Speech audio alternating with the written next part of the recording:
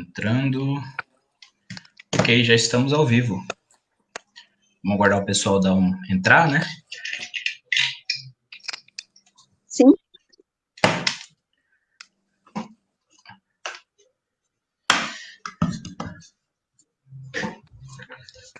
Boa noite, Sandra Rodrigues. Pessoal, boa noite. Vamos compartilhando o link, compartilhando a live. Hoje nós temos bastante assunto para abordar. Uma semana aí muito complexa, mas hoje nós temos uma excelente entrevistada e nós vamos conseguir aí discorrer sobre os demais assuntos. Boa noite, Glauber. Pessoal, vai mandando boa noite para a gente, né?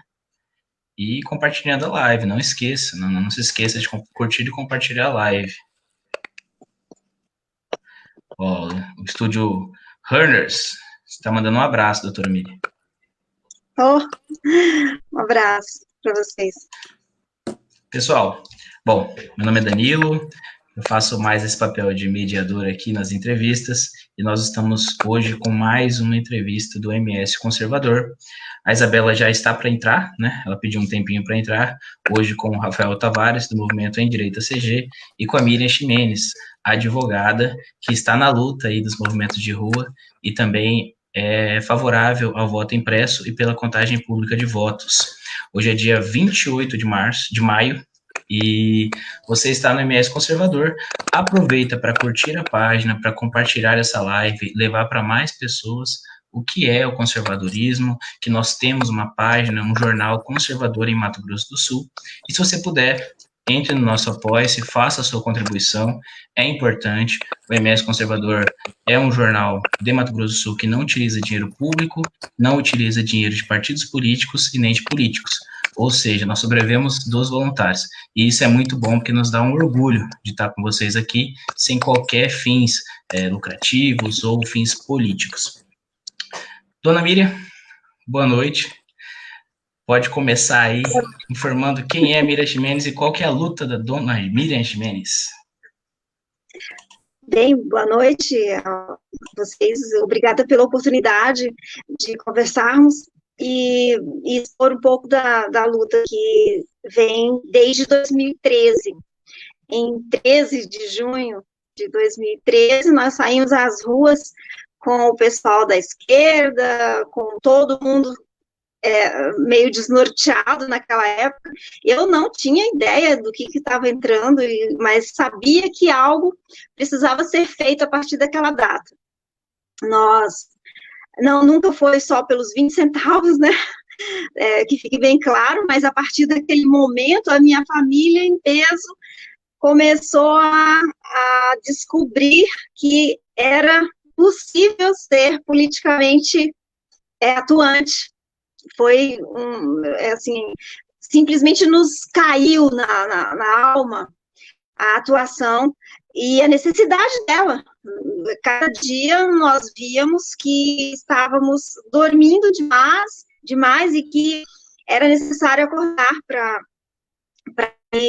o país tomar aquele não era adequado, nós não queríamos aquilo.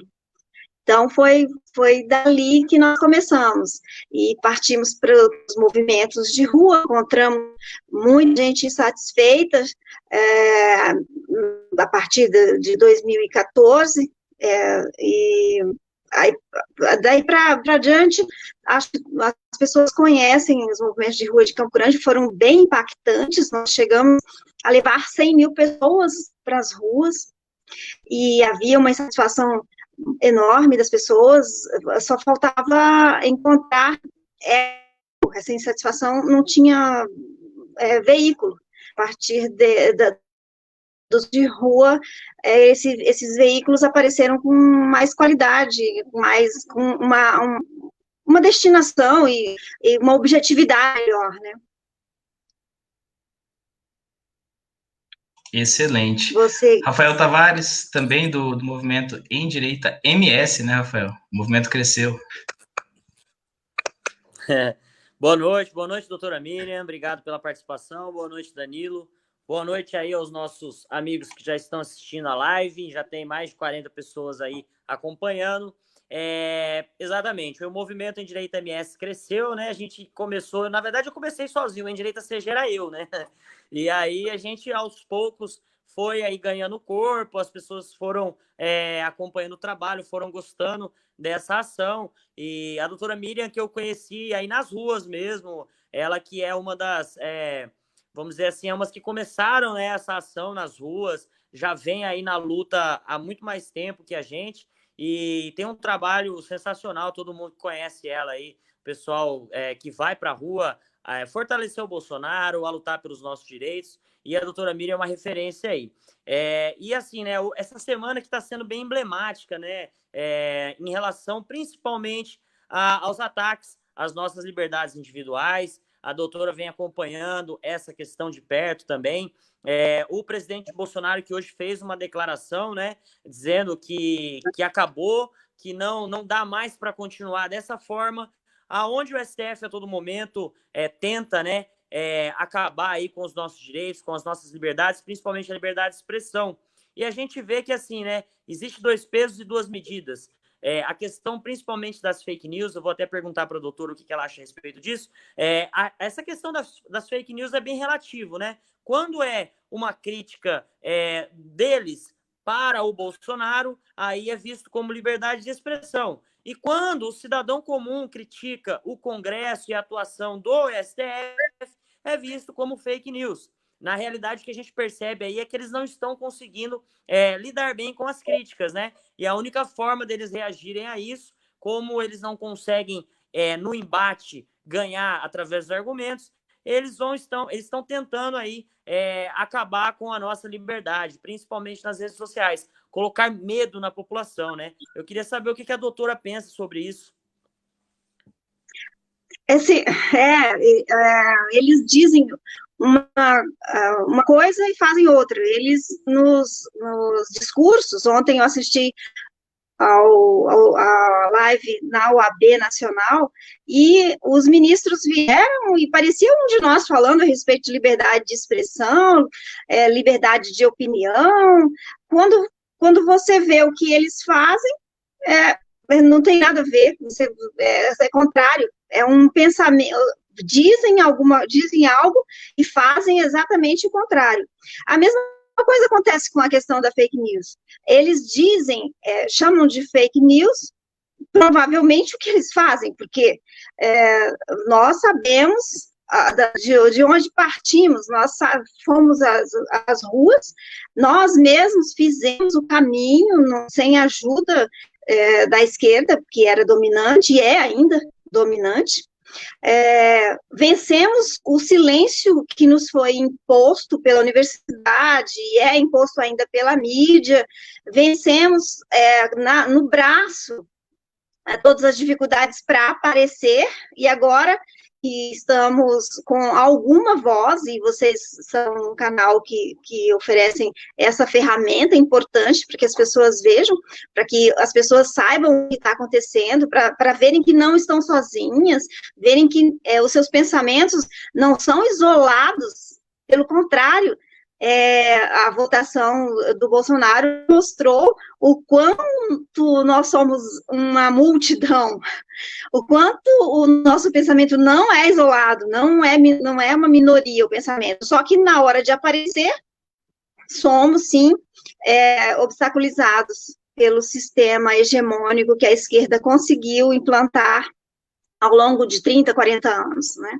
Agora, o que chamam de fake news, da nossa parte, na verdade, é uma tentativa de nos calar, é uma tentativa de nos impor medo, basicamente uma tentativa, como os inquéritos também são tentativas.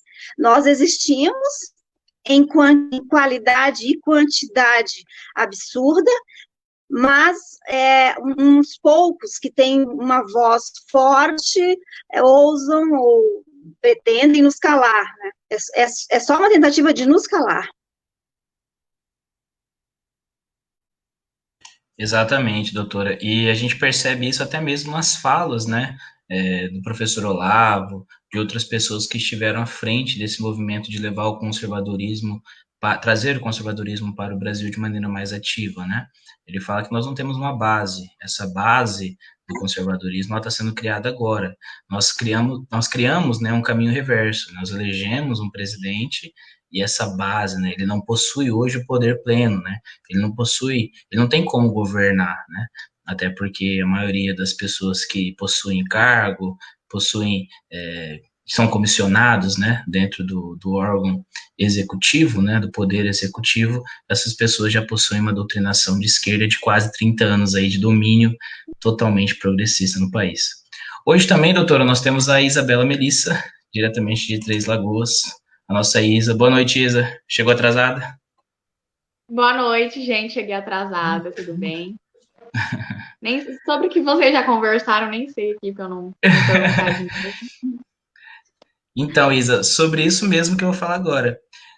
Doutora Ministro Menes, quando eu comecei a compartilhar, que hoje estaremos com a senhora aqui na live, o pessoal falou, olha, pergunta para a Miriam em que pé está a questão do voto impresso, né? Soube que o seu marido é um ativista que sempre tem, né, se posicionado, até mesmo em Brasília, com relação ao voto impresso. Gostaria de saber da senhora, em que pé está? A gente pode ficar esperançoso para uma eleição em 2022 com mais publicidade em cima dos votos? Como que está essa questão? Sim, a lei do voto impresso está suspensa, sua execução, por decisão em liminar na ADI 5889, que teve julgamento em 4 de junho de 2018, faz um ano vai fazer 2 anos, né, que nós estamos esperando a publicação do acórdão para dar seguimento com os embargos de declaração, a fim de que os ministros esclareçam aqueles votos absurdos deles na liminar, por ocasião da liminar. Os ministros, para quem é do direito, é inacreditável o que eles disseram no julgamento. Eles chegaram a dizer que a pessoa levaria o voto, Alexandre de Moraes, o eleitor levaria o voto para casa, quando a lei claramente diz que não. É como se ele não soubesse ler. Tal é a má-fé com que se atuou naquele julgamento. Não é à toa que eles não publicam, porque vão passar a maior vergonha do mundo, né, quando publicarem, porque apesar de estarem os votos todos em vídeo, no YouTube, no canal do STF, as pessoas não acessam, então, e também não tem paciência de escutar toda aquela ladainha lá, mas se escutassem, veriam o absurdo que foi aquilo. A suspensão da lei do voto impresso, impedindo que o eleitor, além de votar, pudesse fiscalizar, que é a exigência da Constituição. A Constituição diz que o eleitor deverá proceder ao sufrágio universal diretamente, ele precisa fazer todo o processo, e não é o que acontece com o voto eletrônico, em que o eleitor deposita o voto, entrega para alguém que não se sabe quem é, esse alguém processa secretamente, sem que o eleitor participe, e entrega um resultado que, no conjunto, ninguém pode saber se o voto declarado ou depositado na urna eletrônica pelo eleitor foi mesmo contado para o candidato que escolhido pelo eleitor. Não é possível saber isso. Esse é o problema sério. Então, o voto no Brasil é entregue a um terceiro, que não se sabe quem é, talvez um técnico, enfim, quem comanda são os ministros do STF, mas nós não sabemos, e não tem condições de saber se, de fato, o voto é contado para o candidato escolhido. Esse é o problema. Então, estamos aguardando. Na época, o presidente do TSE era o Gilmar Mendes, certo? E eu lembro de uma fala dele, que era a respeito do valor que ia ser cobrado para que se existisse uma urna separada da urna eletrônica para depositar os votos, né? Ele disse que seriam mais de 2 bilhões. Nós gastamos 2 bilhões com os partidos políticos. Esse ano serão 2,4 bilhões, acredito, 2,1. Então, não sei qual que é o que interfere tanto, né, nessa questão eleitoral. Não acredito que seja o dinheiro, né? Não, com certeza não. Porque o ministro Aires Brito já havia resolvido esse problema bem antes do Gilmar Mendes. Seriam acopladas um aparelho à urna e sairia por um custo bem baixo. Esse não é o problema, não é o problema. Até o Congresso falou um valor para que se fizesse isso, mas eles não aceitam. O problema é o poder que o STF tem de contar os votos e eleger quem eles quiserem, porque como que nós vamos saber? Desde 97 que nós não participamos inteiramente desse processo. É um processo que carece de uma análise dos eleitores, porque só os eleitores mesmo para obrigarem... Publicidade, no caso, né? Falta publicidade na contagem do voto. O voto o eleitor não participa da fiscalização, não facilita ou não fiscaliza a contagem de votos. É como se você tivesse uma eleição em qualquer lugar, um condomínio, a pessoa recolhe os votos, leva para algum lugar, conta-os, os destrói e volta com o resultado. Quem quer ser isso? Nós aceitamos o Brasil desde 97, 23 anos, né? Quando a gente fala que o PT, muita gente fala, o comunismo acabou quando o Muro de Berlim caiu, quando a União Soviética faliu, né, quebrou, e agora a gente pega essa mesma situação aí, né? O próprio Stalin dizia que não importa quem vota, e sim quem conta esses votos, né? Então, a gente vive aí uma realidade comunista, vamos dizer assim, no país, aonde a gente não tem essa transparência com quem conta esses votos, né? Que, na verdade, é o que realmente importa. A partir do momento que a gente não tem a transparência necessária aí, no processo eleitoral, a gente não consegue confiar nesse sistema todo. E não é só isso, né? A gente pega na esteira desse assunto aí, a gente pega a influência da imprensa que tem nas eleições, principalmente com pesquisas que a gente sabe muitas vezes que essas pesquisas não representam a realidade e são pesquisas que influenciam muito a decisão dos eleitores, né? Então, o processo eleitoral no Brasil é um processo complicado, é um processo que não passa a credibilidade necessária. A gente, se eu não me engano, a mesma empresa que faz a Smartmatic, né, que é a empresa que tem as urnas eletrônicas, é a mesma empresa que teve vários problemas, a empresa venezuelana. Enfim, é uma série aí de problemas que a gente tem, que a gente não consegue aí confiar no nosso processo eleitoral, né? Doutor, uma outra coisa que eu queria abordar aqui com a senhora, aproveitando a sua especialidade jurídica aí, o Sérgio Moro, né, hoje ele deu uma declaração aí, ele mudou completamente a narrativa dele que ele vinha tendo, né? O Moro, quando era ministro, ele ali tinha uma postura e agora que ele saiu, ele praticamente assumiu essa postura de pré-candidato, né? Que eu não tenho dúvidas aí que ele vai se lançar na política, já deve estar pensando nisso.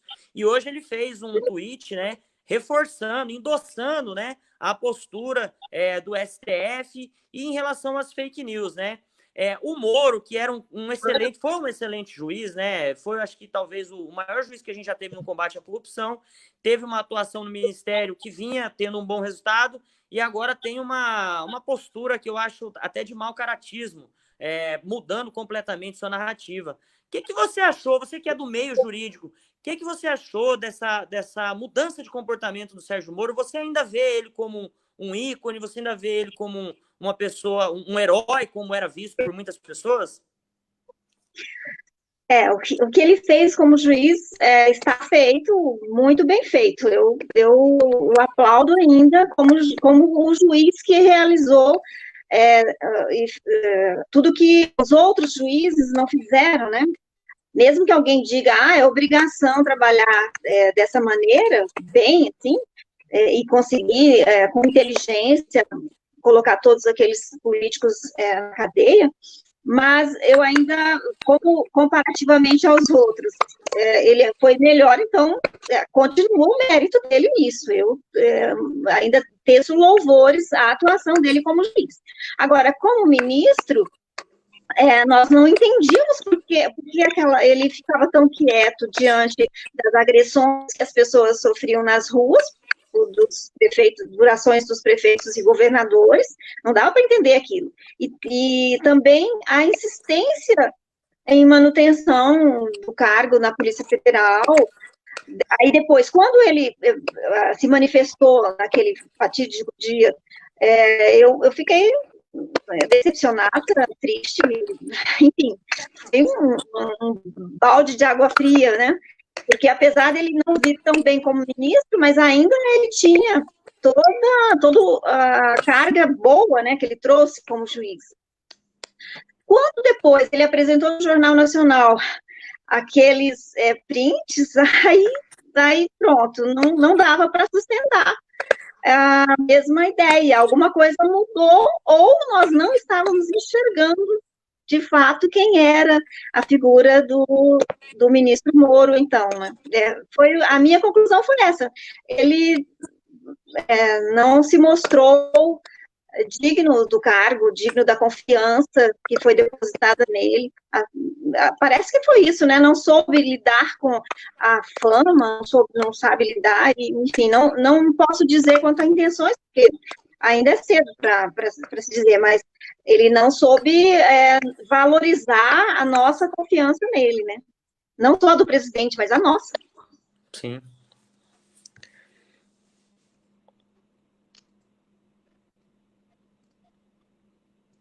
Quanto a fake news, pode falar.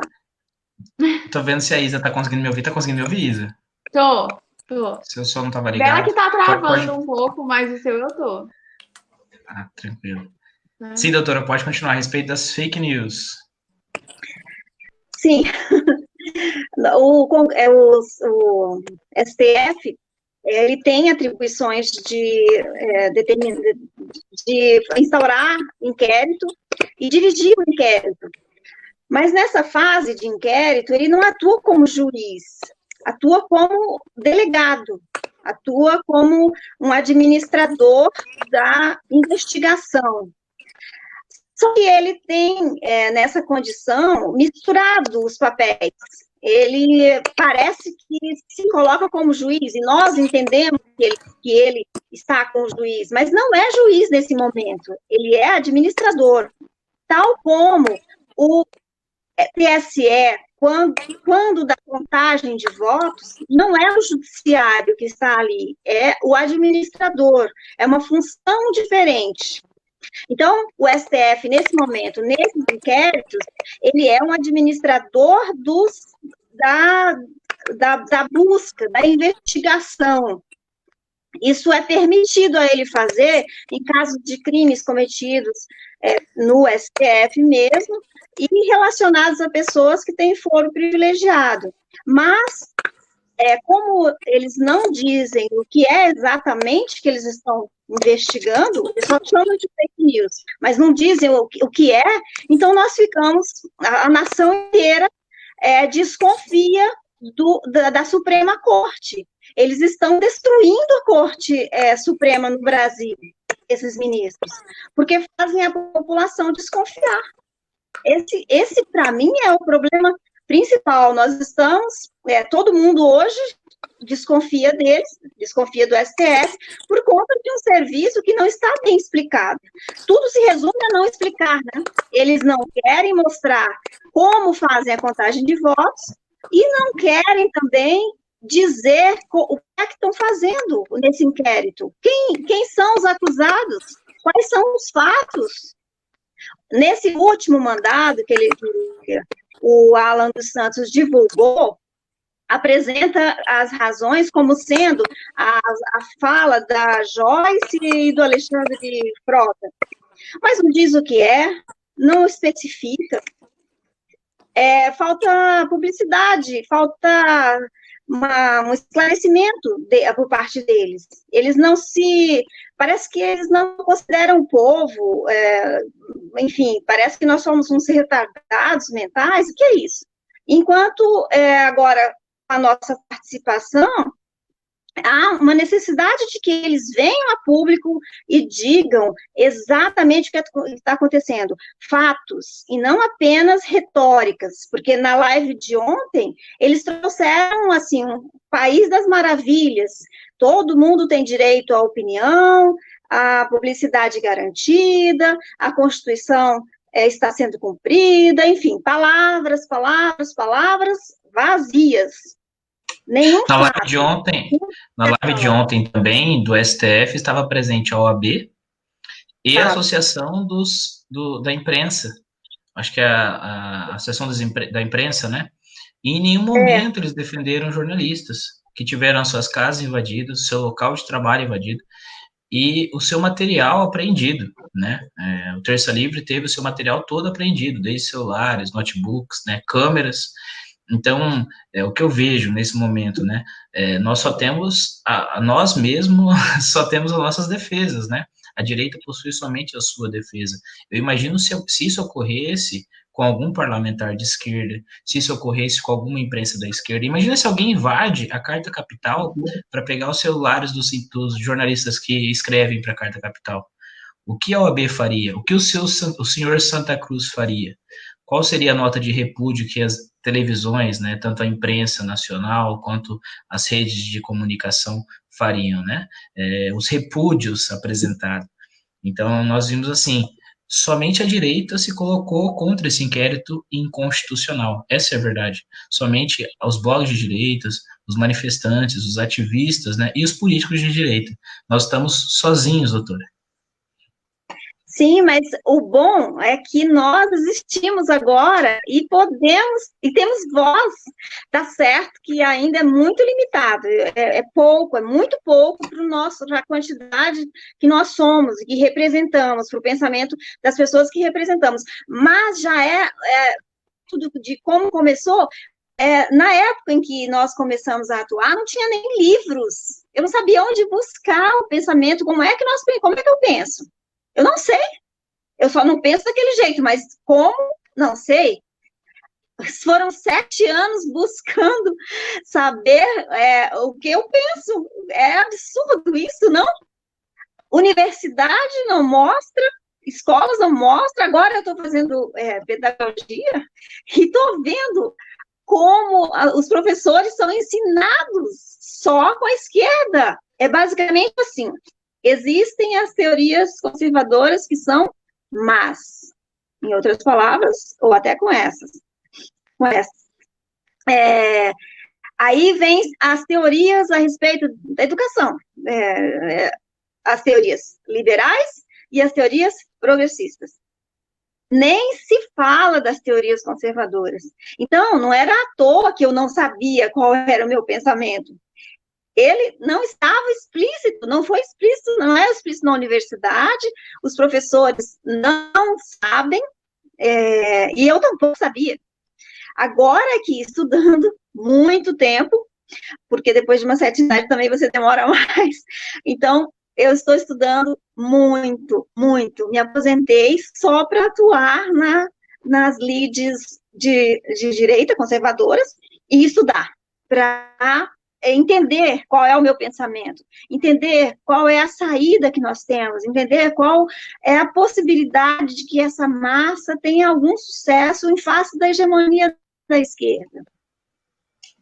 Doutora, e a Isabela tem apenas 19 anos e ela já está nesse caminho, né? Ela já está trilhando esse estudo conservador, ela tem uma rotina de estudo. Conta pra gente, Isa, como que está a sua rotina de estudo ligada diretamente ao conservadorismo? Oi, tudo bem? Então, eu tenho um grupo de estudo para mulheres, né? Assim, que eu acho mais fácil de lidar, tá, gente? Não sendo feminista, mas mulher é um pouquinho mais fácil de lidar. Então, eu tenho esse grupo, né? A gente procura se ajudar, a gente separa em turmas, eu tenho outras 2 meninas que me ajudam, aí a gente procura estudar assuntos diversos, né? Mas agora, puxando para uma outra pauta que o Danilo falou, a gente tem o povo pelo povo, principalmente aqui no Mato Grosso do Sul, né? Porque pessoas que a gente viram se eleger, assim, com um discurso, assim, eu lembro até hoje que a frase, assim, para que o mal triunfe, basta que os bons não façam nada. Não fez nada. Não fez nada, a gente não viu fazer nada, né? E a única coisa que eu vi foi uma nota ridícula de partido dizendo que eu fui a favor da lava-toga. Qualquer pessoa que entende de processo legislativo, de como funciona a Câmara e o Senado, sabe o perigo que era a lava-toga. Você está falando da senadora Soraya, né? Tô, exatamente. Vamos Porque dar nome aos bois. Visavam só, tipo assim, a consequência, que era um impeachment do ministro do STF. A gente tem 40 lá. Inclusive um que o Carlos Jordi protocolou ontem, junto com a Bia Kicis, com não lembro quais mais deputados. Mas eu queria que você falasse um pouquinho sobre esse processo de impeachment, né, que eles protocolaram, não sei se você sabe um pouco, você pode falar, e sobre eles estarem calados. O que você acha sobre isso, sobre a gente não ter um representante lá para falar pelo Mato Grosso do Sul?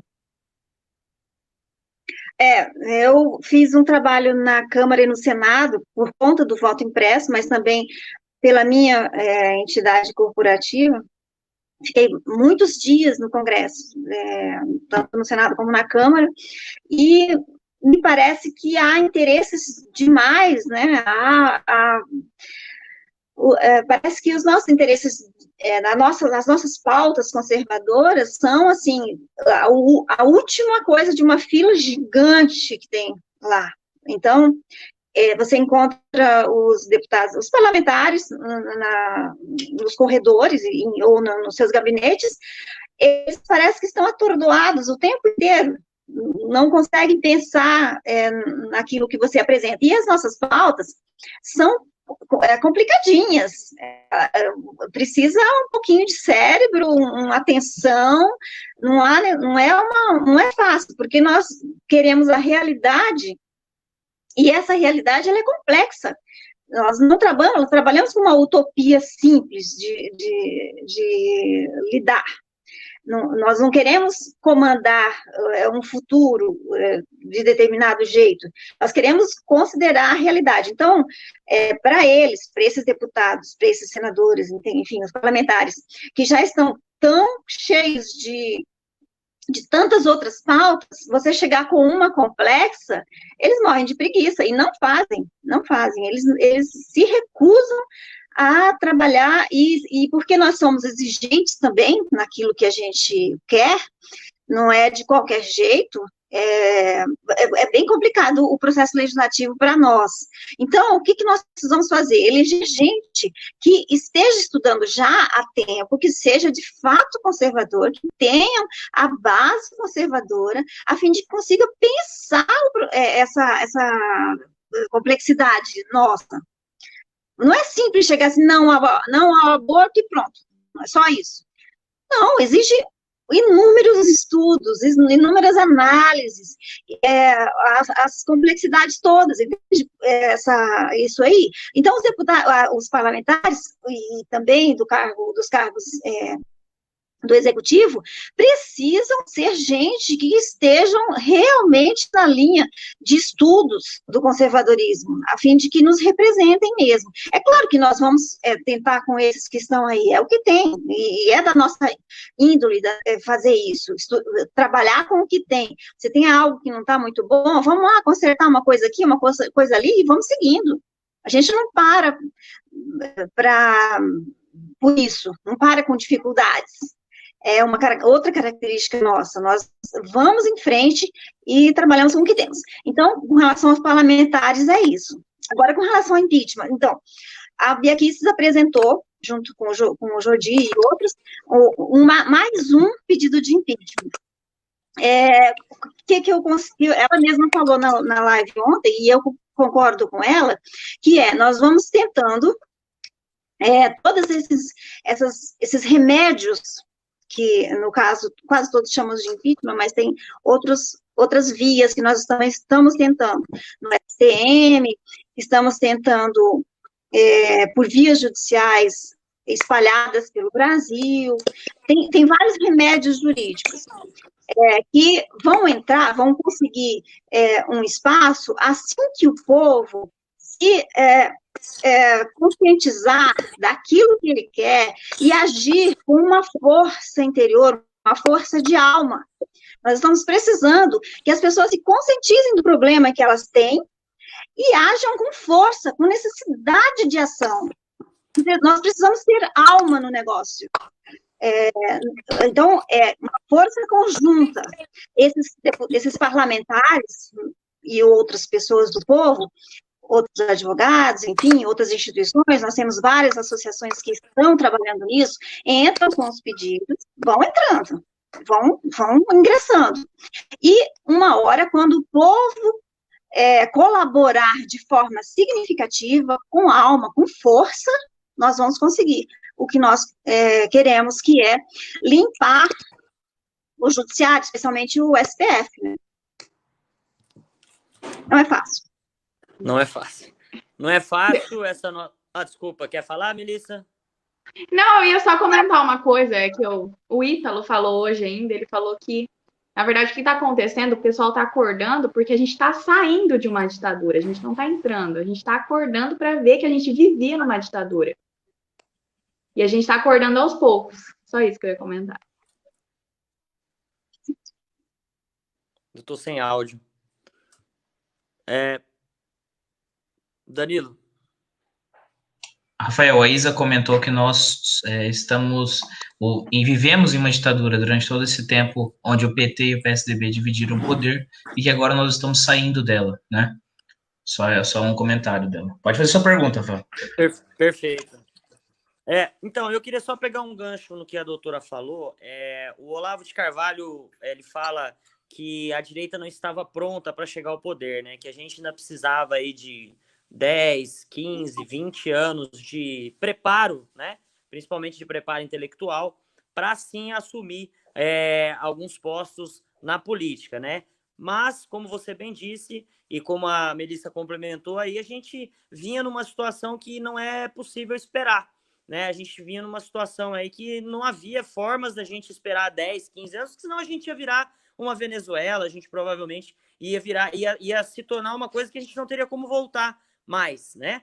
Então, pontuando essa questão do Olavo, eu vejo que a gente está tendo que trocar o pneu com o carro andando, né? A gente teve que eleger aí algumas pessoas que um gosta de arma, eu sou de direita, a outra é contra o aborto, eu sou de direita. Mas aí, a fundo, quando você vai conhecendo os pensamentos, a pessoa muitas vezes não tem estudo nenhum sobre conservadorismo, simplesmente tem uma bandeira da direita e já se colocou aí como um conservador, como uma pessoa da direita, e a gente está vendo aí na prática que não é, né?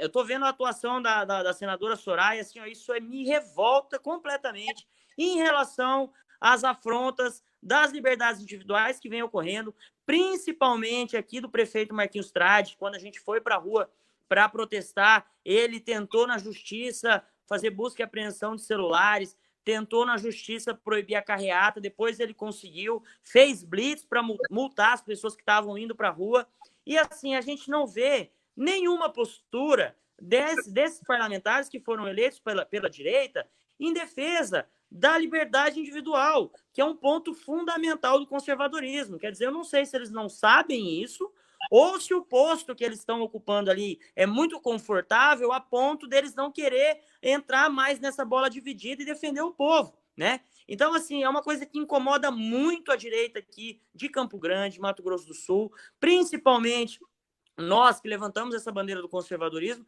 e estamos vendo aí pessoas que surfaram nessa onda e que agora têm lá o poder da caneta e não estão exercendo em favor do povo. Eu queria que você comentasse algo nesse sentido sobre o resultado, a produção desses parlamentares. Eu não estou vendo também essa atuação assim tão como a gente gostaria que fosse, né? Com força, com base conservadora. Não, parece que morreu, parece que era só para assumir o cargo e só. Então, eu tenho essa mesma percepção que você, e nós deveríamos cobrar mais desse pessoal, né? Nos reunirmos com eles, algo a ser feito. São 8 anos, estão no 2º ano ainda. Então, dá tempo de trabalharmos esse assunto. Vamos lá, vamos montar uma equipe aí e vamos conversar com esse pessoal, porque tem que consertar. Se não tá bom, conserta. Na verdade, doutora, a gente até tenta, mas nós somos bloqueados, né? E quando a gente manda algum convite, esse convite não chega, os assessores tentam nos boicotar, né? Porque às vezes não é nem má vontade do próprio parlamentar, mas o seu assessorado, né? O pessoal que assessora os deputados, os senadores, não levam as nossas reclamações para eles. Eles tentam blindar a figura do parlamentar, né? E como eles estão em Brasília, eles estão muito aquém, né? Eles estão muito longe do povo. Então, perdeu esse ar de povo, perdeu essa vontade de se manifestar, né? Aquelas pessoas que nós conhecemos na rua, com bandeira verde e amarela, indo contra os absurdos dos governos passados, não existe mais, né? O que nós vemos são pessoas que se transformaram em parlamentares, e esses parlamentares se sentem acima de qualquer cidadão comum no Mato Grosso do Sul. Eu vejo o seguinte, né? É complicado essa fala mais revoltante, né? Mas como eleitor, a gente sente que a direita perdeu a oportunidade de ter realmente um senador que estivesse ao lado do presidente, lutando contra todos esses absurdos do STF, lutando contra a imprensa, se colocando ao lado, na linha de frente, né? Eu vejo até senadores do MDB se colocando na linha de frente e o nosso senador, nossa senadora, eleita na onda Bolsonaro para ser a senadora do Bolsonaro, infelizmente calada, né? De quarentena, como diz o pessoal. A Soraya está de quarentena. E isso me preocupa, porque qual a imagem que nós estamos passando para o futuro eleitor de direita? Né? A senhora foi candidata a deputada federal. A senhora foi candidata a deputada federal. A senhora sabe como que é difícil você conseguir um espaço na mídia, um espaço na imprensa, conseguir um local de fala, lidar contra as narrativas. O sistema é viciado. Então, você que não utilizou dinheiro público na sua campanha, você foi prejudicado por aqueles que utilizaram. Mas ninguém vai dar esse local de fala para você. Porém, quando a gente inicia, a gente tem um primeiro parlamentar, primeiro senador de direita do Mato Grosso do Sul, esse senador some. Qual que é a resposta que nós estamos dando para o eleitor? Nós precisamos esclarecer esse eleitor que houve uma traição, no mínimo, né? O que havia, a perspectiva que nós tínhamos não se realizou, a previsão que nós fazíamos de que seríamos representadas com aquele voto, parece, né, ainda o caso de tentarmos estabelecer esse contato, porque pode ser que ainda consigamos, né? Eu sou esperançosa de uma forma geral, eu tenho muita esperança em resolver mesmo casos assim, com políticos, com parlamentares, mas é uma esperança só, e se não tentarmos, não podemos nem dizer para o povo, né, porque nesse momento há pequenas vozes, né, somos nós, vozes ainda bem pequenas, bem incipientes, mas que se nós levarmos adiante e formos com bastante sinceridade, com base na realidade, nós conseguiremos ser vozes mais fortes e que vai alcançar mais gente, e que vai alcançar mais resultados. É fazer isso, né? E registrar. Nós não temos compromisso com essa crítica, né? Nós podemos muito bem, se caso venha ter uma ação mais energética, olha, eu errei, fiquei um tempo ao lado do Bivar, tentei entrar num grupo ao qual não fazia parte da minha ideia, da minha ideologia, percebi que eu errei, tudo bem, volta, dá um abraço no presidente, tira 2, 3, 4 fotos com ele, toma um café com ele, e o presidente é bom nisso. O presidente, nós sabemos, o presidente, ele é um cara super divertido, tranquilo, é um cara animado, ele não vai fechar as portas, né? Agora, não é o caso, a Soraya não tá no nível da Joyce, não tá no nível do Frota, né? Ela apenas tem que sair de cima do muro.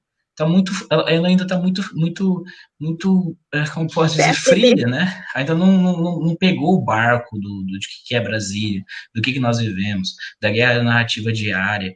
isso está faltando, aquela energia que nós acreditávamos que ela teria.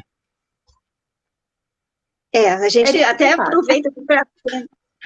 teríamos até que aproveitar essa fala e pedir para as pessoas que façam coro conosco, pedindo a ela que nos ouça, que fomos nós que trabalhamos juntos, fomos nós que buscamos votos, fomos nós que estivemos com esperança de que conservadores estariam lá ajudando a levar as nossas pautas, e o presidente, nesse momento, está tão necessitado de apoio, né? Passamos o pedido aqui, e quem sabe ela, através de seus assessores, ouve, né? Não sei. Melissa? Oi, eu vou perguntar aqui, gente, que eu nem estou em casa, daqui a pouco eu tenho que sair. Na verdade, eu não estou em casa, né? Eu queria perguntar se a senhora viu a declaração do Ives Granda Martins sobre a interferência pontual no STF, que ele falou. Sim. Viu? O que a senhora achou? As Forças Armadas, como diz o Olavo, nesse momento não têm um respeito que mereceriam. Eu sempre fui favorável às Forças Armadas, mas eu não tinha ainda aquela visão de que eles deixaram que o comunismo se alastrasse. Foram eles que não deram atenção às universidades, às pautas culturais, que entregaram tudo porque eram administradores, né, estavam lá na condição de administradores da nação e precisavam cuidar dessa parte também. E não fizeram, pelo contrário, deixaram que o comunismo se instalasse na universidade, e isso nos causou todos os problemas que nós temos. Os nossos problemas maiores não são de corrupção, os nossos problemas maiores são de imbecilização dos nossos jovens. Poucos escapam, como você, Melissa, poucos, impressionante. Eu vejo os meus colegas de faculdade agora, o nível de um universitário é muito baixo, e isso é resultado de quê? Da educação comunista, da educação que foi baseada em Paulo Freire, aquele porcaria, que isso, é impressionante. Então, essa maldade que foi realizada pelos militares contra a nação, contra os filhos da nação, o que nós temos de mais importante numa nação são os nossos filhos, e os seus cérebros foram simplesmente detonados pela ideologia. E os militares não viram, eles não tinham uma equipe que cuidava de estratégia. Que estratégia foi essa que nos destruiu a todos, praticamente? Sobraram pouquíssimos. A maioria já velho, já gente que não tem mais tanta capacidade de trabalho. Agora, eu louvo vocês, jovens, que estão com essas ideias maravilhosas de salvação da nação, através de uma educação de qualidade, enfim, pensando fora desse esquema da esquerda. Então, os militares, para mim, pode até ser que um ou outro ainda tenha salvação dentre esses mais antigos, né? Alguns, não todos, mas a maioria estão comprometidos com a esquerda. Eles estudaram nas mesmas escolas que nós, eles não estão imunes. E se você pega mesmo a formação militar, eles não conhecem os autores conservadores de base. Eric Wögl, eles não conhecem os grandes pensadores conservadores, eles conhecem só os da esquerda. Então, como é que atuação eles vão ter? Que vontade eles vão ter? Eles não têm uma vontade de preservar a nossa cultura, eles não dão valor a isso. Então, qual é o problema? Eles estão vendo o problema? Qual que eles estão vendo? Eu não sei. Eles não dizem. eles não vêm a público dizer qual é o pensamento deles. Então, como é que você se entrega a uma intervenção, mesmo que seja pontual, de alguém que você não sabe o que pensa? E que provavelmente não pensa como você, e provavelmente não é conservador, provavelmente é só positivista e não tem nenhum cuidado com as pautas conservadoras. Então, são dúvidas que eu tenho. Então, eu não posso apoiar uma intervenção dessa com alguém que eu não saiba. Porque quando você entrega um mandato para alguém em dúvida, a pessoa é conservadora ou não é conservadora, mas eu não tenho opção, mas o mandato, ele termina. Agora, uma intervenção, você não sabe se vai terminar, você não sabe a extensão da intervenção. É muito problemática a questão. O Ives Gandra fala de intervenção pontual, mas ele também, eu acho que ele não conhece quem são os militares que fariam e qual é a extensão disso. E se novamente os militares tomarem o poder e continuarem com o positivismo, do jeito que vinham, né? E ainda entregarem para a esquerda. E se isso acontecer? Não é melhor a gente ficar na corda bamba, com nós mesmos trabalhando, nós mesmos levando nos braços essa questão toda de mudança aqui, mudança ali, aguentarmos firmes a angústia de uma mudança parcial, mesmo que mínima, e nós mesmos levarmos, não é melhor? Eu julgo ser melhor que nós tomemos as mudanças nas nossas mãos, embora nem sempre saibamos direito o que fazer, mas vamos estudar. Vocês estão estudando. Eu confio muito mais em nós, confio muito mais em vocês do que nos militares. Só complementando a fala da doutora, realmente esse problema aí da questão da ideologia dos militares, né, foi exatamente isso como a senhora falou. Desde 64, depois de 64, quando os militares focaram ali as energias nas guerrilhas, né, as universidades e o jornalismo estavam sendo tomados aí pela esquerda, pelo progressismo, e isso aí resultou nesse país da forma como ele é hoje, né? Onde 95% da imprensa é progressista, aonde dentro das universidades aquilo ali não ensina nada. Na verdade, formam-se militantes dentro das universidades públicas ainda, com dinheiro público, né? A gente vê aí a situação da educação brasileira nos últimos lugares, no PISA, atrás de países que tem um PIB, que tem uma situação muito pior que a do Brasil, e a gente vê a nossa educação aí destruída, né?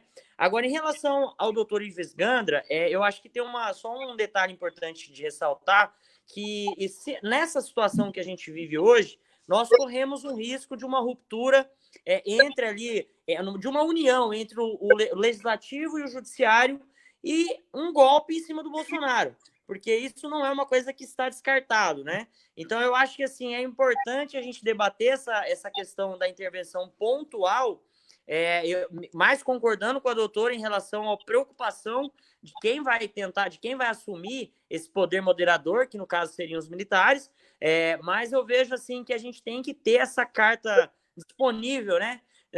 Diante de todos esses acontecimentos que vêm surgindo, porque eu vejo que o STF está esticando a corda, o STF está ali, os ministros estão a todo momento intervindo no executivo, e isso é uma situação que está levando a temperatura lá em cima, o povo não aguenta mais, o Bolsonaro não aguenta mais, e assim, a gente tem que ter esse coringa aí, mesmo não sabendo o resultado dele, eu acho que talvez seja até melhor apostar muitas vezes nisso, do que propriamente deixar o STF, o Legislativo, às vezes, né, destruir o governo Bolsonaro, e aí, de fato, a gente não tem como recuperar isso, né?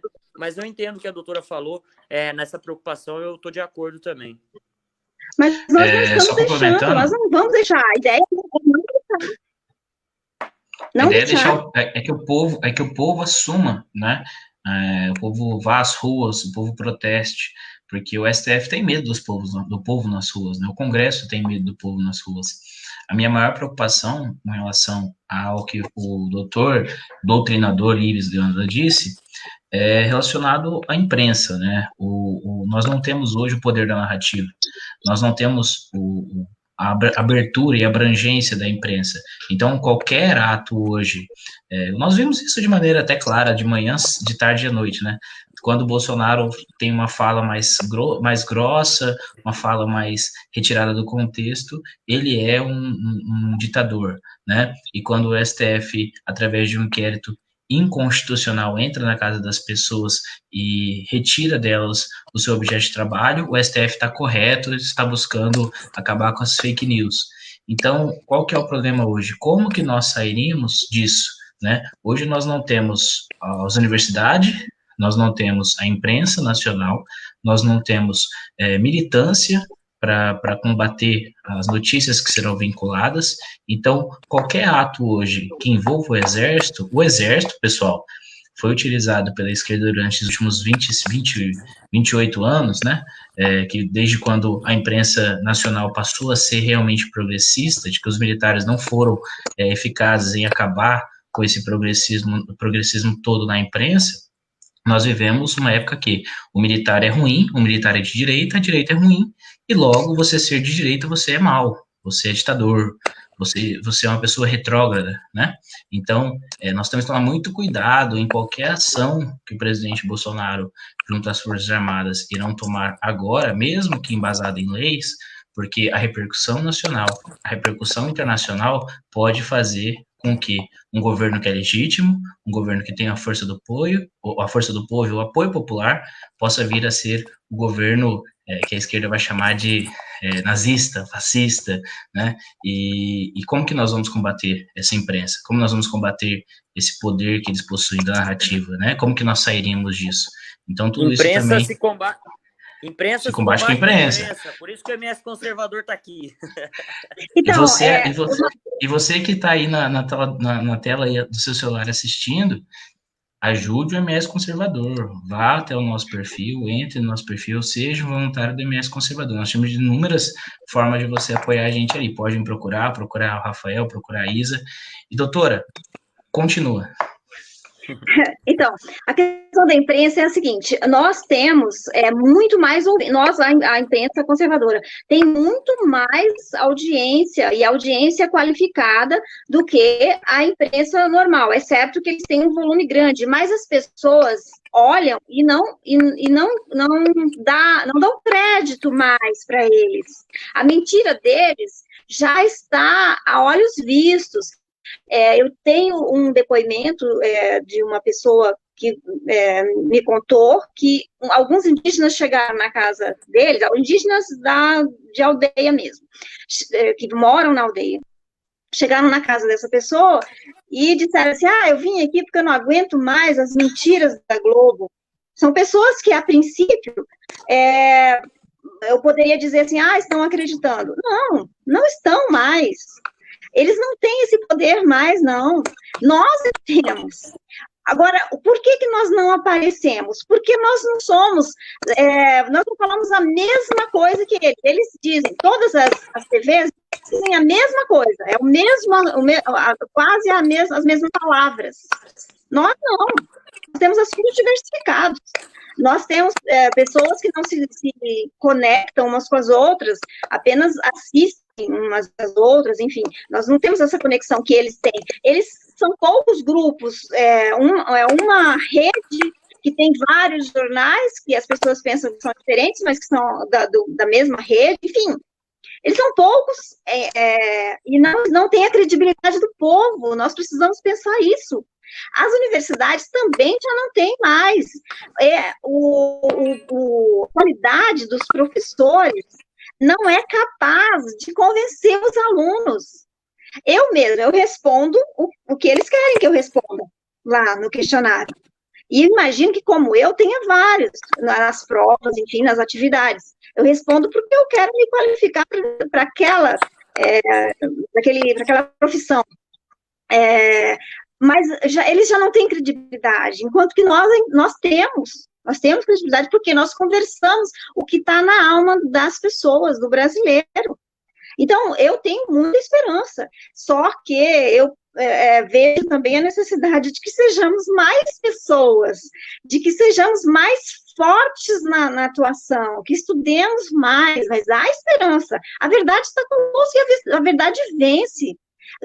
Nós éramos nada em 2013. Vocês eram bebês em 2013, vocês eram muito novinhos, mas éramos nada. Eu sou procuradora federal aposentada e no meu grupo é impressionante o tanto de esquerdista que tem, tanto de gente que está enganada, na verdade, porque eu não acredito que pessoas inteligentes como aquelas possam estar numa furada com a esquerda. Então, mas o fato é que eu ainda não consigo alcançá-los, porque há um certo orgulho, né? A pessoa não quer descer do pedestal, a pessoa não quer enganei. Eles estão acomodados, né?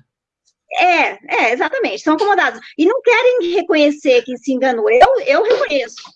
Eu me enganei muitas vezes, eu dormi, eu não me importei, enfim, eu fui vil. A minha conduta foi vil para com a geração seguinte. Com a minha e com a anterior também, enfim, eu errei e reconheço esse absurdo desse erro. Mas eu agora bola para frente, vou tentar acertar daqui para frente, né? O passado não tem mais jeito, mas o futuro, e eu, assim, acho maravilhoso que vocês estejam também nesse caminho. Me sinto muito bem de ter companheiros como vocês. Legal, legal. Obrigado aí, doutora, pelo elogio aí. A gente está tentando formar uma militância, né? A militância que é tão falada aí pelo Olavo, pelo Alan Santos, que vem dando curso, Fernando Mello, enfim, tem uma série de pessoas aí que estão ganhando espaço, né, nessa parte intelectual aí. Isa, você precisa sair, parece? Quer fazer mais alguma pergunta? Considerações finais? Não quero fazer mais nenhuma outra pergunta, não. Acho que travou Obrigada a tela pela dela. participação, doutora. Gente, desculpa, eu vou ter que sair. Travou. Travou a tela. Isa, um beijão, vai pra casa. A tela travou pra mim. Beijo, gente. Teu pai é policial federal, vou ligar pra ele. É isso aí. Agora, só falando um pouquinho mais sobre isso, né? Eu acho que a gente tem hoje, doutora, mecanismos, né, através da internet de informação. Eu também sofri muito na minha época de escola. Eu já fui de esquerda, adolescente, que gostava, tinha camisa do Che Guevara e essas coisas, porque era isso que a gente aprendia na escola. O professor de história era o professor mais descolado, que conversava com os alunos. Esse professor já tinha uma tendência a ser de esquerda. 85% dos professores de história no Brasil são de esquerda. Então, assim, a gente aprendia uma visão, né, de ensino, aonde tinha aquela ótica socialista, aquela ótica assistencialista, aquela ótica de coletivismo, aonde o indivíduo, na verdade, quem se sobressai, quem ganha dinheiro é o empresário malvadão, e, na verdade, a outra pessoa lá que não tem uma condição, essa pessoa é vítima, e assim, a gente foi aprendendo isso, e isso é uma construção. Depois de 15 anos ouvindo a mesma coisa dentro de uma sala de aula, a gente fica com isso tão firmado no nosso pensamento que não só isso, porque aí você vai para a televisão, toda a cultura é voltada para o progressismo, né? Aonde você vê filmes, você vê músicas. Então, tudo aquilo, toda essa atmosfera, ela faz com que as pessoas, sem querer, fiquem socialistas, né? É o que o Gramsci fala, né? O Olavo explica muito bem no livro dele a respeito do gramscismo, e ele fala exatamente sobre isso, que é você se tornar socialista sem você perceber, que é a hegemonia do pensamento, né? E foi isso que aconteceu no Brasil nos últimos 30 anos. E agora, graças à internet, nós temos aí inúmeras ferramentas, pessoas, né, que se dispõem a dar cursos, a falar sobre o assunto. Hoje você chega em casa, você assiste uma live, você assiste um vídeo gravado no YouTube, você assiste um documentário, enfim. Hoje eu acho que a gente tem aí mecanismos, né, para sair dessa hegemonia esquerdista que nós vivemos aí durante décadas. E assim, é sensacional a gente poder fazer uma live, conversar com pessoas de vários segmentos, pessoas da área do direito, empresários, enfim, a gente vai aqui tentar abrir o maior número de espaços, justamente para abordar conversar com civis, pessoas comuns que às vezes não são do meio político, mas já acordaram. A minha mãe, por exemplo, que não tem nada a ver com política, hoje ela é uma tia do Zap ferrenha ali, ela tá ali o dia inteiro, ela me manda link de notícias, você viu isso, você viu aquilo, você viu esse vídeo. Então, assim, isso é muito legal, porque a gente vê que isso está chegando na casa das pessoas comuns, né? Sim. Miriam, só para complementar, você fez parte dos voluntários do Aliança pelo Brasil, junto com a gente aqui. Você esteve presente até de maneira mais ativa. Você viajou, não acredito que você viajou pela Aliança, para ajudar a Aliança no interior, né? Não sei se foi o seu grupo, mas você esteve presente, né? Pessoas do meu grupo foram. Eu não cheguei a viajar, mas eu participei da fase administrativa da implantação, da colocação de apoiamentos, né? Então, e sobre isso mesmo vai a pergunta do Rafael, né? O complemento do Rafael. Nós teremos o primeiro partido conservador do Brasil e nós teremos a oportunidade em 2022 de colocar 40, 50, 60, 70 deputados lá em Brasília, né? Aí a conversa começa a mudar. Então as pessoas precisam estudar, precisam saber como é que a engenharia social conseguiu modificar o pensamento do brasileiro. Precisa saber para poder, lá na hora de legislar, na hora de responder aquilo, porque é muito rápido, a atuação ela é muito, muito exigente de conhecimentos prévios. Então, você precisa estudar muito bem o que é um conservador para responder como na hora da atuação diária do parlamentar. É possível. A população está sedenta por pessoas assim que se disponham a tomar um tempo para estudar e saber o pensamento das pessoas e como agir, né? E se você fizer isso, tem 2 anos e meio ainda, né? Para começar a atuar como parlamentar conservador.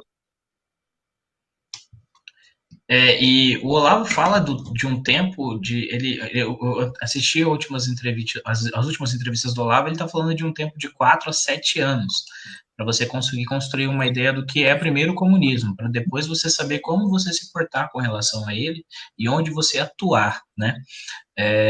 Eu acredito que nós fizemos o caminho inverso, nós elegemos um presidente, agora nós temos que dar base para ele poder governar. Para isso, até tem muita gente lá em Brasília, muita gente protestando. Esse final de semana nós teremos protestos lá, né, Rafael? Domingo agora, provavelmente será a maior manifestação que já aconteceu em Brasília. Realmente aí está tendo um chamado muito forte nas redes, justamente por causa dessas afrontas, né, às liberdades, as pessoas estão revoltadas. O presidente Bolsonaro precisa desse suporte popular, a única coisa que ele tem é o povo, porque o Congresso e Judiciário, a gente já viu que estão contra o nosso presidente, né? Então, o único suporte dele é o povo. E assim, eu queria muito ir para Brasília, mas não vai dar para eu ir, tô sem dinheiro, não consigo sair. Agora essa pandemia tá uma loucura na vida de todo mundo, né? Mas eu quero muito acompanhar aí nas redes e desejar sorte para todo mundo que vai. E aproveitando já a fala, a gente vai estar lançando aí as camisetas, né, Danilo, do Endireita MS na próxima semana. A gente está tentando aí, pessoal, na verdade, criar uma forma, né, do MS Conservador, da gente conseguir contratar um jornalista, da gente conseguir aí crescer. A gente não recebe dinheiro público, então a nossa vida é um pouco mais difícil do que os outros jornais, né? Aqui no Mato Grosso do Sul, praticamente todo mundo recebe dinheiro público. E, nesse caso, aí a gente vai fazer algumas camisetas, canecas, enfim. A gente vai fazer alguns produtos para vender aqui em Campo Grande, no interior do estado, para o MS Conservador ser um projeto autossustentável, né? Para a gente não depender aí de dinheiro de político, para a gente ficar sempre com a nossa liberdade imune, beleza? Pessoal, já vou me despedindo por aqui, já passou de 1 hora já a nossa live. Doutora, muito obrigado pela participação. Mais para frente a gente volta a fazer novos bate-papos aí, foi muito legal conversar com a senhora, é muito esclarecedor a posição que você ocupa na parte jurídica, é muito interessante para a gente aprender essa visão mais técnica, né? Eu acredito que para os ouvintes também, tá bom? Muito obrigado pela participação aí, Danilão. Amanhã a gente se fala, forte abraço para todo mundo. Até mais. Muito obrigada pela oportunidade. Valeu. Ok, doutora, continua com a gente para se despedir, certamente, dizer algumas palavras aí. O pessoal está perguntando aqui, muita gente me Uhum, enviando mensagem sobre o que uhum. fazer, né? O pessoal, quando eles acordam com a notícia de que a Polícia Federal está na casa de blogueiros de direita, de jornais de direita, de deputados de direita, o pessoal sempre pergunta o que fazer, né? Qual que é a atitude que o conservador, que o eleitor de direita, o cidadão que se sentiu sem direitos ontem, né?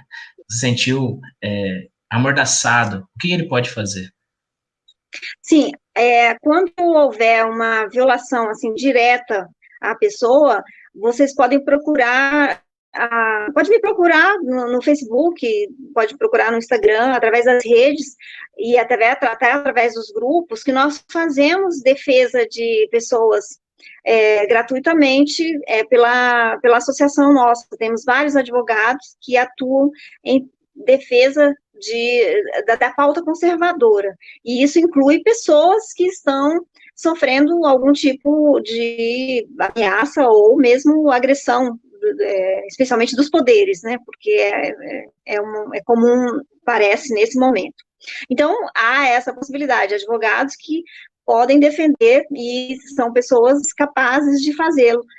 E querem fazer isso porque tem uma pauta a cumprir, querem colaborar com essa pauta. Então, tem esse aí. Agora, quem apenas não, mas quer se solidarizar com as pessoas e mostrar força do conservadorismo no Brasil, deve participar nas redes sociais com as informações corretas, né? Deve verificar quais são as informações para não ser desacreditado depois, né?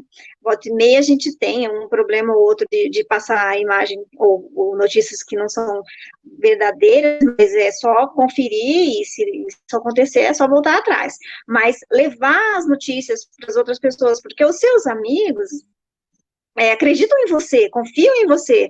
Então, eles certamente vão olhar essa notícia com mais peso do que olhariam se fosse eu apresentando, né, caso eu tivesse acesso a eles. Então, cada um que faça chegar na sua rede de contatos as notícias conservadoras. E as notícias de problemas com os conservadores, de agressão aos conservadores. Faça isso a qualquer pessoa, na verdade, né? Faça chegar aos seus amigos, faça chegar a sua opinião, seja uma pessoa que não está em cima do muro, saia de cima do muro. Se manifeste, né? Se manifeste, porque os outros querem saber, é importante, eu quero saber qual é a posição dos meus amigos, eu quero saber quem está aliado às minhas ideias, e quem não está, eu vou respeitar, mas eu quero saber, né, não é para Então, é isso que eu falo.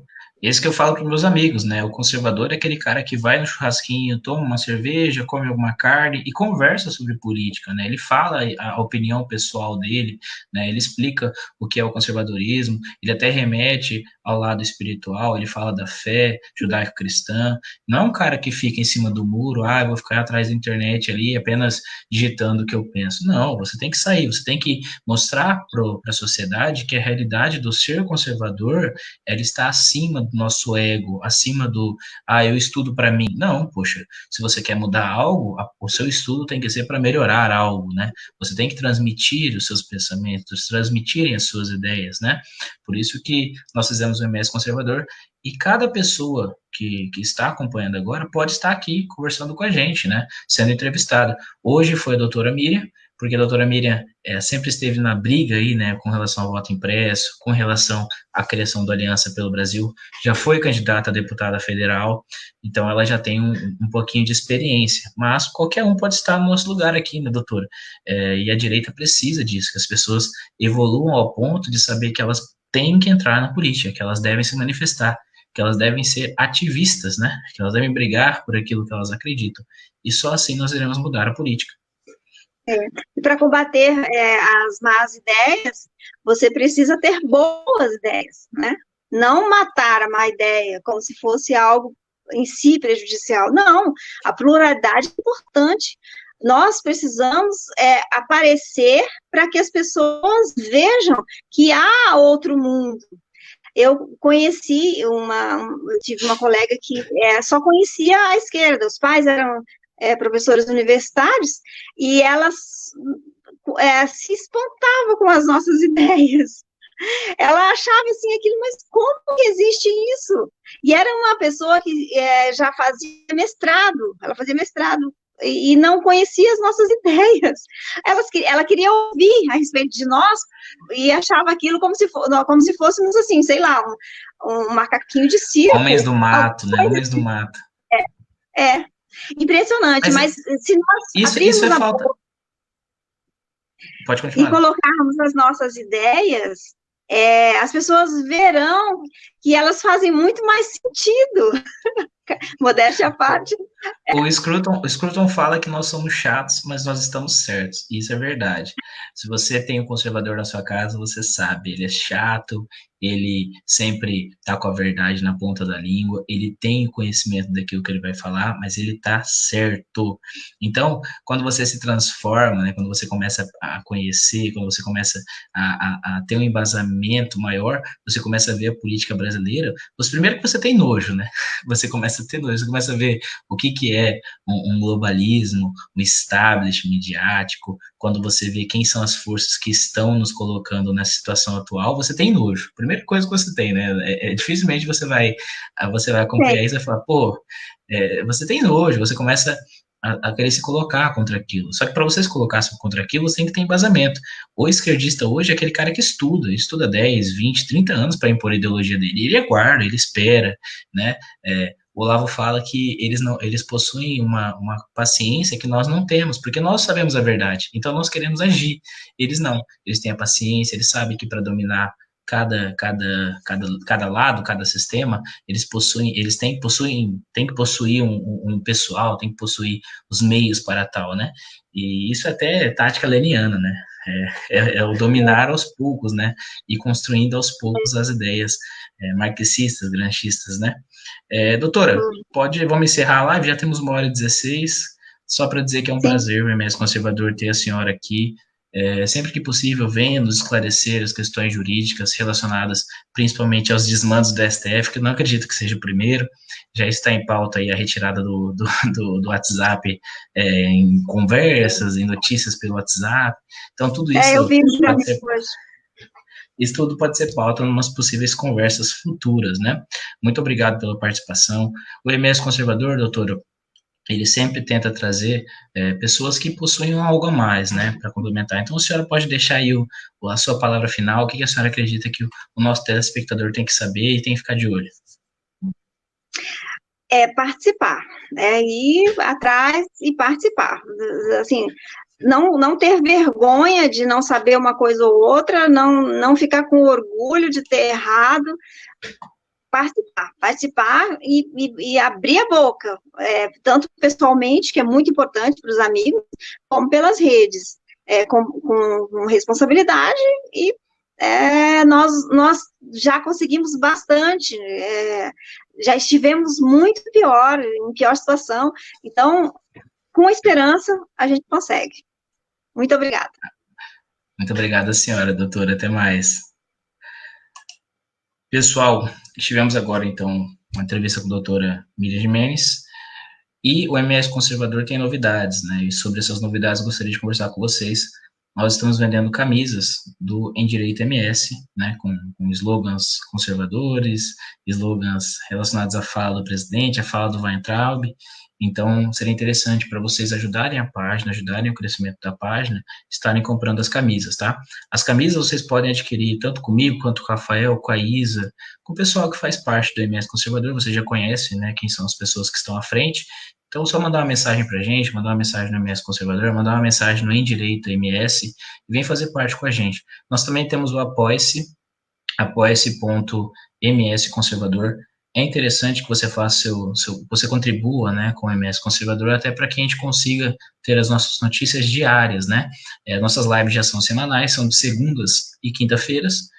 Agora nós também temos as lives aos domingos. Gostaria de chamar vocês, de convidar vocês, domingo, 8 horas da noite, no horário do Fantástico, nós teremos a nossa live, falando sobre as notícias da semana, com pessoas que são técnicas, juristas, economistas, pessoas que podem trazer um pouco de tranquilidade para a gente em meio à pandemia.